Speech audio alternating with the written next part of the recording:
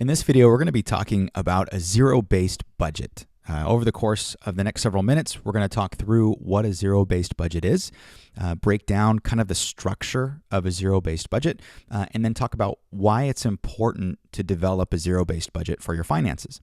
So to start us off, let's walk through what is a zero-based budget. It's actually really simple. A zero-based budget is a special type of budget where we budget every dollar in earned income. Now, if you're familiar with the basic concept of budgeting, you know that it's basically designating where money is going to go. The difference here is we actually allocate every dollar that we expect to earn in a given period of time. So the starting point really is our expected income. And that serves as the starting point for what we're going to budget. So as you can see here on the left-hand side, I have a mock budget that I've created, and you can see that we're going to expect an income of $1,730. That's the income that we expect to earn in this period.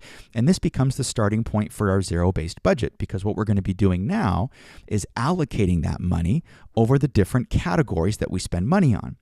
Now on the left-hand side here, you can see that I have an example of different types of expenses. Your expenses may not perfectly match this, and you can certainly use different category names and include different items to match your lifestyle, but this is a simple example of that.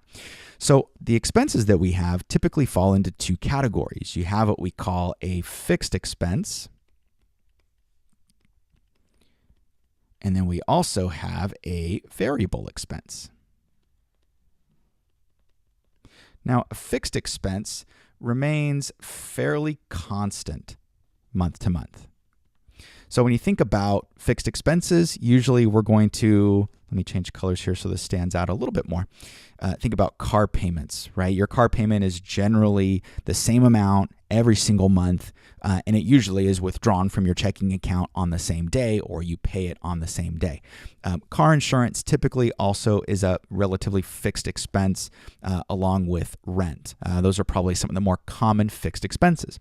Fixed expenses are great because we can anticipate them from month to month. They're also the easiest to pay because they're not surprises, right? We know it. So from a budgeting standpoint, these are pretty easy for the most part. Now, variable expenses are those that tend to fluctuate over a period of time. And they fluctuate for a variety of reasons, either because unexpected emergencies pop up or simply because it's actually easier to splurge on a variable expense, right? So variable expenses that people tend to struggle with include groceries, include dining out, and include entertainment, and for some, clothing. Those are commonly where if our budget is going to be blown, those are the categories that it's going to happen because it's so easy to spend more than we originally anticipated, right? You go out a couple of times with friends to a restaurant and all of a sudden you're spending $200 and you thought you were going to spend $50, or you had a bad day at work, you go shopping and spend a couple $100 on clothes that you didn't plan for. So variable expenses are those categories that we need to watch most closely because very quickly can get out of hand. So now that we know the difference between variable and fixed, you can see that we've created our mock budget here in this column. Now this is generally where a lot of people stop and they create a budget and it's saved as a file on their computer, or it's a sheet of paper that's below a stack of other sheets of paper, and it never sees the light of day after that. So this is where the value of a budget, in my opinion, is really magnified. And that is, it not only gives us the ability to dictate and control where our money is going, but it also serves as a mechanism for giving us feedback. Now, the problem is if we never look at it, we never benefit from the feedback piece. So usually how this works is at the very least, at the end of the month, in this column here, we've totaled what our actual expenses are. And so what we can do is then we can then compare what we budgeted in the left-hand column with what we actually spent in the right, and we can look and see what the differences are. this gives you so much more control over your finances, because it's not just saying, well, I went over budget and then, chalking that up to, well, whatever.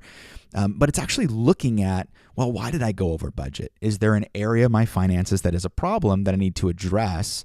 Because ultimately, this can affect our ability to achieve our financial goals. And if you look at this budget, we overspent in several categories, right? So we overspent a little bit in groceries, quite a bit in dining out, which is not uncommon, and a lot in entertainment. And then obviously in clothing, we didn't budget anything, and we ended up spending $65. Now you might think, well, that's not a big deal, because at the very bottom, our total expenses is actually less than what we budgeted for. And on the surface, that makes a lot of sense. But if you look in this category here under savings, we wanted to put $200 into savings. And as a result of some of the overages in some of the different areas, we actually couldn't put away any money into savings, which could have an impact on our ability to achieve some of the financial goals that we set. So that really is the important part of developing a budget, is actually looking at it throughout the weeks and definitely at the end of the month to identify where are the areas that are most problematic for your budget. And then if you do that, we can start thinking through, well, what are some strategies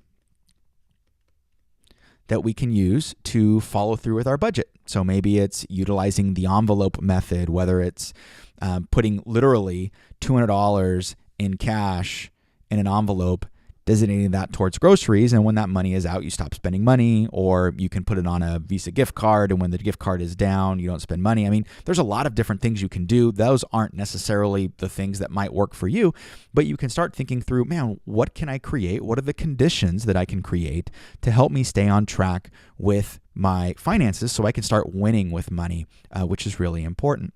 There are a lot of apps and software that you can use to help with this process. You don't need to necessarily keep all your receipts and do this massive calculation at the end of the month.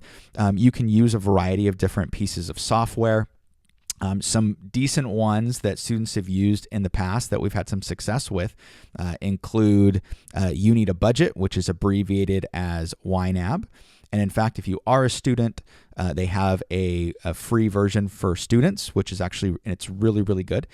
You can also use Every Dollar, which is another budgeting app where your transactions import electronically and then you drag and drop them into a budget. So it makes tracking on a regular basis really easy. And you can also use apps like Personal Capital, which is again very similar, where you link your accounts and then can determine how you're doing. And then Mint, which is probably the original category leader, was started well over 10 years ago. But those are great ways where you can leverage technology so that you don't have to keep track of things on paper. But there are a lot of different things you can do to keep track of your budget.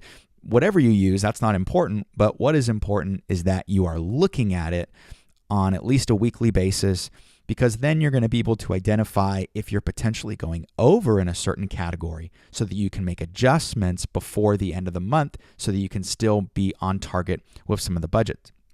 Now, one thing I want to mention here real quick as we close up this video is the idea of budgeting as a very limiting factor.